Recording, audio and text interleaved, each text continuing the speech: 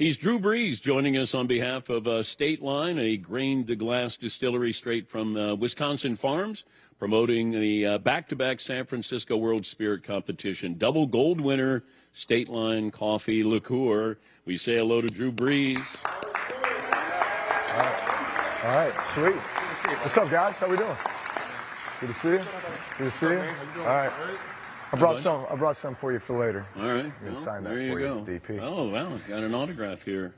Ready to go. Coffee for the morning and coffee liqueur for the draft later. To DP, don't get hammered. Drew Brees. All right. Fair enough. There you go. When I say NFL draft, first thing that comes to mind is what?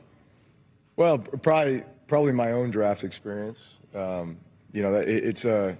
It's become an even crazier time, I think, for these guys, just because there's so much hype leading into it, with the way that the media encircles it, and also the fact that we've dedicated now the first round to a kind of a primetime slot, and so everybody descends on a town like Green Bay, which I love the fact that we have a chance to come and highlight some of the great, venues and meccas of football. Were you invited to the draft? I was. It was in New York, so this is 2001. I chose not to go. Just wanted to stay in West Lafayette at Purdue. Had my wife, my brother, our dog, and we just fried up some fish and watched the draft. But it wasn't because, look, there was a lot of speculation, I think, for me. I hoped I would go in the first round. I think it was about 10 or 12 teams that I thought were strong possibilities, with the Miami Dolphins sitting at pick number 26, where I basically had gotten a guarantee from my head coach, Joe Tiller. He said, hey, one of my best friends is a scout for the Dolphins. If you're there at 26, they're taking you, right? So I kind of had that as like my stopgap. Like, hey, no matter what happens, hey, I got Jacksonville here, I got Kansas City, I got this, I got that. 26 comes, I just walked over to the phone, Dolphins are going to call. And they didn't call. They drafted Jamar Fletcher, Wisconsin, who picked me off about 3 times in college. So I was like, that's probably a good pick. And then obviously fell to the second round and was drafted by the San Diego Chargers, which was the greatest thing that could have happened to me, because I had a chance to go play with Doug Flutie, LaDainian Tomlinson, Lorenzo Neal, Junior Seau, Rodney Harrison, some of the greatest, in my opinion, ever play the game at their positions, and also get coached by Marty Schottenheimer. But, okay, you probably played with a chip on your shoulder at Purdue, I'm guessing. Oh, yeah. Played with a chip on your shoulder in the NFL. That's been a lifetime thing, man. Do you still have a chip on your shoulder? No, I mean, look, I'm more about proving the people who believe in you right, as opposed to proving the others wrong. At the end of the day, I've always felt like playing the quarterback position at 6 feet tall. Look, I don't know what it's like to play it at 6'5", right? So to hear all of that, I mean, look, I heard that coming out of high school. 6 foot, 170 pounds. You're not the prototype guy. We're not going to recruit you. But that's why Doug Flutie was such an inspiration to me and such a mentor for me. He was the starting quarterback when I got to the San Diego Chargers. And he's probably one of the biggest influences on my career. And he made you feel tall. Look, Flutie was Mahomes before Mahomes. Exactly.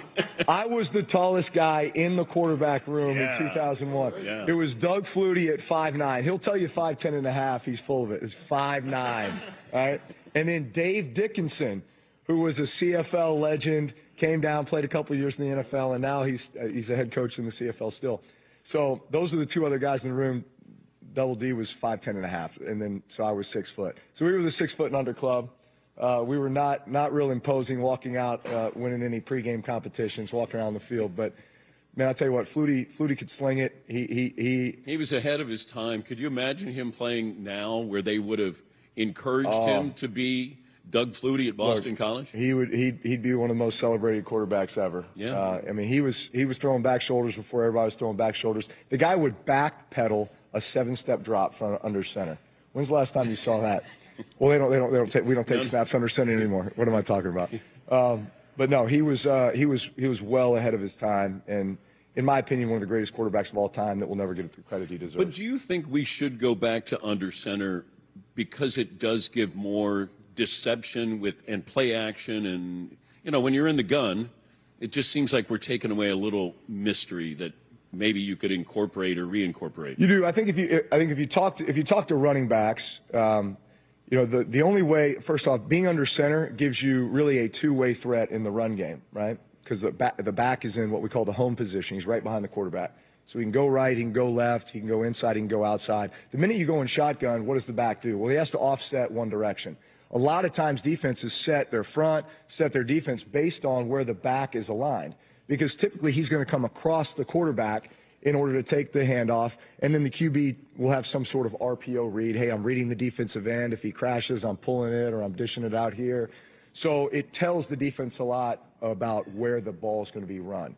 The only way to combat that is to put the back in pistol, which is directly behind you. Well, the back has a hard time seeing when he's directly behind the quarterback, right? So there's some problems there. And your passing game isn't as good because the back involved in protection has a hard time getting around you to pick up a blitzing linebacker that might be his responsibility. So that's why, like, being under center, yes, it stresses the defense. Yes, it really helps with play action. Watch the reaction of linebackers when you go under center and all of a sudden you give some sort of a play fake. Man, they have to react to it, and you open up a lot of kind of the deeper intermediate stuff. So, like, I watch, last year the Pittsburgh Steelers with Russell Wilson. I think that's one of his great strengths. Go under center, and they want to run the ball, play great defense, play action, and then let Russ chuck it. And they were really successful doing that. Sean Payton likes doing that. You watch the evolution of the Broncos offense throughout the year with Bo Nix. I think Bo got more and more comfortable going under center. It helped the run game. It helped the play action, and therefore it helped their team. Do you want to be a quarterback's coach? I mean, I am anyway. I coach kids throughout the year. I mentor kids throughout the year. Like in the NFL? No. How come? Well, it's more so all the other things I could do. Look, because I can still get the same thing accomplished, but without I'm just dedicated to one team. Yeah. I mean, I have the chance to mentor and coach a lot of guys. We're talking to Drew Brees, the Hall of Famer. When you start to look at the draft, and then we tend to build you up, and then we tear you down. So Shedeur Sanders, he's going to be taken top 5 pick. And then all of a sudden, then he has a bad interview or holds onto the ball too long. Like, it's just kind of nitpicking, that do you understand the whole philosophy of that we can't just say somebody is really good? It's really good, but because that's not good TV to just say, man, that guy's great, can't miss. All you need is one guy to love you, or one team, or one coach, or one scout. It just in the history of sports, how often have we heard that, with certain guys? For whatever reason, all these other teams just didn't see it or didn't believe it, and yet there's that one person on that one team, that one coach on that one team, or that one scout who just stands up on the table for the guy, and it's like, I'm telling you, he's got something. We got to take him, and then the rest is history, and that's all Shedeur Sanders needs. But if Shedeur wasn't Deion's son, does it help him or does it hurt him? Well, look, I've never seen more hype. I've never seen more hype in an offseason than what kind of has encircled Shedeur Sanders and Travis Hunter, And so I think obviously a lot of that has come from, what Prime has brought to Colorado and kind of this process through the offseason for those guys. But also it's the way that they kind of build the lead up to the draft now. I mean, there's more coverage on this, and there's more talk on this. There's more analysis on this than there ever has been. And look, these guys are great players. And now it's just a matter of where they go. Well, they're looking for a headline. I mean, we're in the entertainment business. What can we sell? What's controversial? Shedeur Sanders. Travis Hunter, the only controversy is he going to be a wide receiver? Is he going to be a defensive back? Can he be both? Well, do you think that he can be both in the NFL at the same time? I mean, that's really difficult. Just the sheer number of snaps, the physicality of the game. But would you want your wide receiver playing defensive back in the same game? No. Would you want your defensive back playing wide receiver? The defensive coaches would say no. But I mean, I think probably the greater reality is, if obviously having an elite corner. I know just from my perspective, like a lot of the times the thing that you would find as a weakness in a defense is, hey, there's that one DB, right, that I'm trying to attack. And in a lot of cases, man, you could be so sound at the other 10 positions. But the minute you've got the one guy that you found to pick on, that can make a huge difference in your success in the game. So if him playing defense helps fill one of those gaps or voids or weaknesses on a defense, man, that's where he's going to play. And then you supplement him on offense for specialty type stuff. Yeah. But look, I mean, I was amazed at what the guy did in college, playing 140, 50, 60 snaps a game. I mean, that's crazy, you know. And as a 20-year-old kid, it's doable. As a 25, 28, yeah, I mean, at some point, you know, hey, he's going to be relegated to one side of the ball with contributions potentially on the other side. I think the most realistic thing is, man, he either comes out and says, man, I'm just playing receiver, or he's going to play DB and then he's going to supplement a little bit on offense. Yeah, but we're in the Shohei Ohtani world now. So now I get a two-way guy, marketing. People are going to come out and see him. He's the guy who can't miss in this draft, the unicorn with this. I never understand that there are going to be a couple of Hall of Famers in this draft, it feels like. But we'll take our chances on quarterbacks. So if you're Tennessee, would you take Travis Hunter because he can't miss? And he gives you that two-way, he gives you that Ohtani effect, or do you take a chance on Cam Ward? Ask me 10 years from now. You know, when you would go in the film session, would you guys go, that's the guy we're picking on Sunday? Absolutely. Like collectively. Okay. So absolutely. Yeah. And what was his name? No, it's like we want to attack. I'll give an example, man. We were playing the Chargers 2020 on Monday Night Football, and man, we had been struggling throughout the game. Ironically, I tore my plantar fascia in my foot in pregame. This is the dumbest thing ever, right? So, like, all of a sudden, I went from being able to move really well to not being able to move at all. I was just totally relegated to the pocket. So it was Monday Night Football 2020 at our place. We get down 17 points.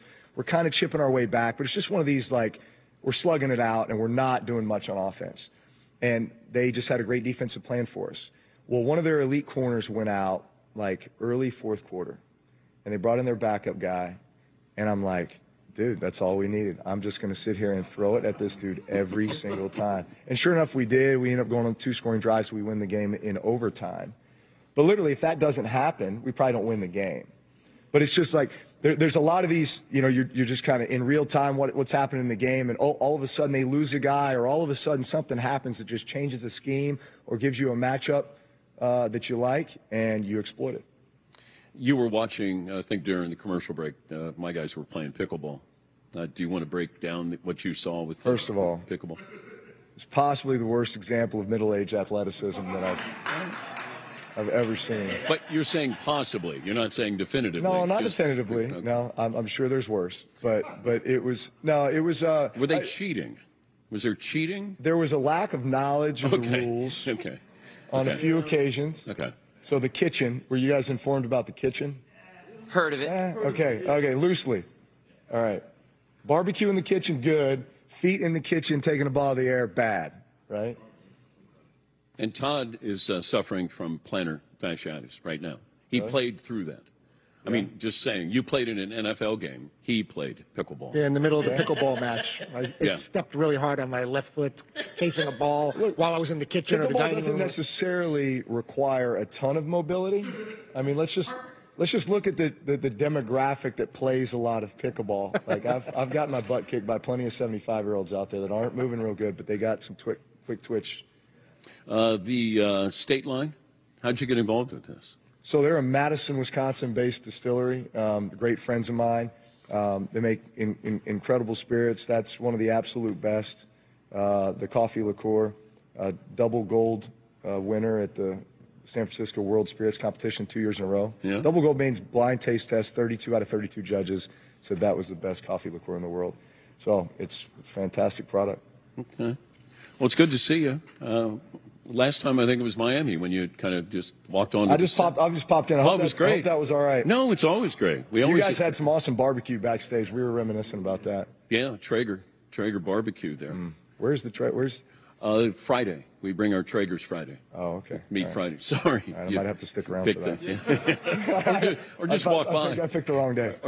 Do you have any good memories of Lambeau Field? I do. We played here in 2006. The second game of the year. So this is, the beginning of the Sean Payton era, not knowing what kind of a team we were going to have. Obviously the coming back to, after post-Katrina year. So a magical season. We ended up going down 13 points to these guys in the first quarter, 3 turnovers. 2 of them were mine. Ended up coming back and beating them, in the fourth quarter. And so that was kind of a huge, I think, moral victory for us, just feeling like we, gaining momentum. And then the next game was the Monday Night Football game, returning to the Dome. Yeah. Gleason block punt. So that was a big win for us. 2011, we came and played them here, and that was the Thursday Night Football game after they had won the Super Bowl. And that was a bit of a juggernaut contest. It was a shootout. I think Aaron and I both threw for 400 yards, and they beat us. But we had a goal line stand right at the end where we're gonna jump in and tie it. We handed it to Mark Ingram, and man, they just stop us right at the goal line, so we get beat. And then they finished 15-1 that year. We were 13-3, but I thought we were the 2 best teams in the league that year. Yeah, I was here for that game. That was not a controversial ending, was it? It was just no, not at all. Just a hard-fought game. We drove down with about 52 seconds left to try to tie it and send it to OT. But Aaron played lights out. I felt like we played pretty well, and it was just one of those heavyweight matches. Best quarterback performance you ever witnessed? Man. The first one that came to mind was I played against Peyton Manning and the Colts in 2004 in the game where Peyton broke Dan Marino's single-season touchdown mark. So he threw touchdown number 49 back when Dan had the record at 48. And we played first off, we were heavy underdogs in this game. I was with the Chargers. We come play the Colts, and we play so lights out, and we're winning by 7 going into the final drive, and Peyton. This is the game where it gets to 4th down, and Peyton sends the punt team off the field, the first time that happened. Is this in overtime? No, this isn't in overtime yet. Okay. But they beat us in overtime, 34-31. But I think we're winning 31-24. 2 minutes and something left. It's one of those questionable, like, do we punt it? But they're deep in their territory. Dungy sends the punt team out. He sends them back, and then rips a back shoulder to Reggie Wayne on our sideline. It was one of those, like, I saw it coming, and yet there's nothing you can do about it. Mainly because I'm a quarterback and I'm on the sideline. I'm not playing TV. But I knew it was coming. I was like, that's where I would have gone. Rips a back shoulder to Reggie Wayne. Boom, boom, methodical down the field. And then Brandon Stokely is in the slot over here. And we're in cover 2, so 2 high safeties. And he looks over here, and he gives this signal to this left side. And this is like the universal signal for smash. And a smash combination is hitch with a corner. But he was doing it so emphatically that I'm like, something's up here. He wants the safety to see smash, smash. So the safety overplays the corner, and Stokely runs up and gives it a nod, crosses the safety's face. Peyton hits him right in the chest. Touchdown, ties the game. Touchdown number 49. And then they get the ball in overtime, go right down the field, kick a field goal, and beat us. So just the whole send them off the field. I got this, coach. Back shoulder to Reggie Wayne. Smash, smash, psych, right? And then gets us to OT and beats us. I was like, Peyton Manning. Checkmate. Great to see you. Good luck with State Line. It's a grain to glass distillery right here in Wisconsin, and back-to-back San Francisco World Spirit competition.